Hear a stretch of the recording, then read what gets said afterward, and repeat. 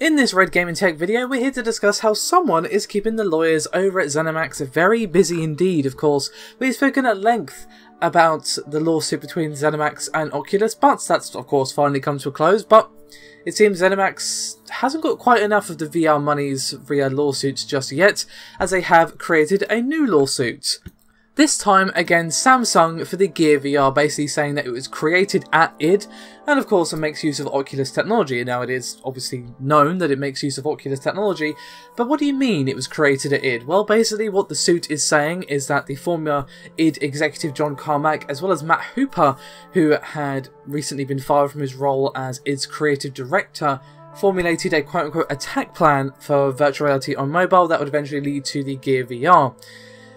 Now, apparently, John snuck Matt into the id offices in July 2013, and they formulated their quote-unquote, again, attack plan for mobile VR, and then Hooper emailed his contacts, saying again that he and Carmack had come up with a plan, and they would undertake this work together at Oculus. So basically, Carmack snuck Hooper into the offices in the dead of night, and there they hatched their dastardly plan to come up with mobile VR. In all seriousness, the suit is alleging that Samsung's Gear VR uses technology that infringes on Zenimax technology and trade secrets because it relies on the Oculus software.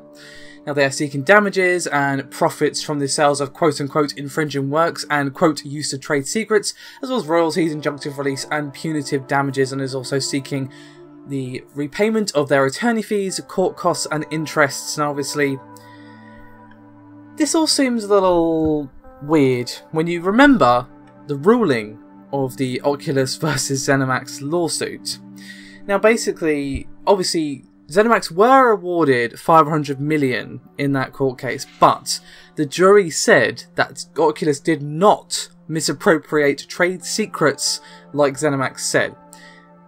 The amount they paid was $200 million for breaking an NDA and $50 million for copyright infringement. Now, Zenimax is basically saying that because the Gear VR is continuing to say powered by Oculus, then surely it must make use of Zenimax technology, right? Even though, you know, they didn't break any trade secrets, that's what the jury said. So basically they're kind of roundabout still trying to go after Oculus for trade secrets because they're alleging that the Gear VR is using trade secrets because it uses Oculus technology, even though the jury already said. You kind of get where I'm going with this. So, yeah, this all seems a little... and a little bit patent trolly, to be honest. I mean, I'm not going to say that's what they're doing because, you know, I don't know that. I'm not a lawyer, for one thing, and I'm also not intimately involved with the case. But that's how it appears, in my opinion. Because they've already said that Oculus and John Carmack specifically didn't steal trade secrets. So how can the Rift, sorry, not the Rift, the Gear, be using trade secrets when it uses Oculus technology? I don't know. I don't have an answer for that, to be honest. That kind of seems like a trick question.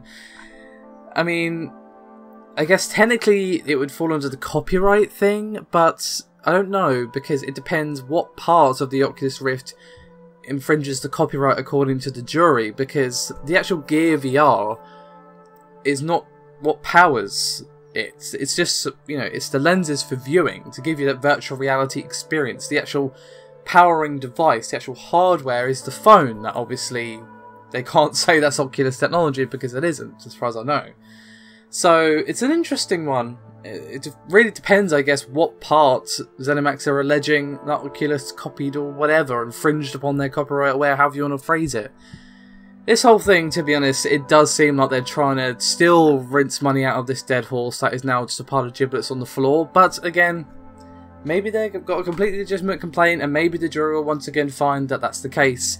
But it seems the lawsuit is going to happen, and we're going to have to only wait and see what happens. Given that it's Samsung and Zenimax, and they both had a lot of money for expensive lawyers, it's going to go on a while, I think. Zenimax nor Samsung are going to make this easy for the other one, I don't think. So, and of course we'll update you as soon as we have any statements or whatever from Samsung. I fully expect them to say something to the effect of, yeah, this is a load of rubbish, but, you know, Maybe they'll surprise me, maybe they'll just do cartwheels down the stairs dressed in a clown suit. I don't know. Regardless, thank you very much for watching, and I'll see you next time.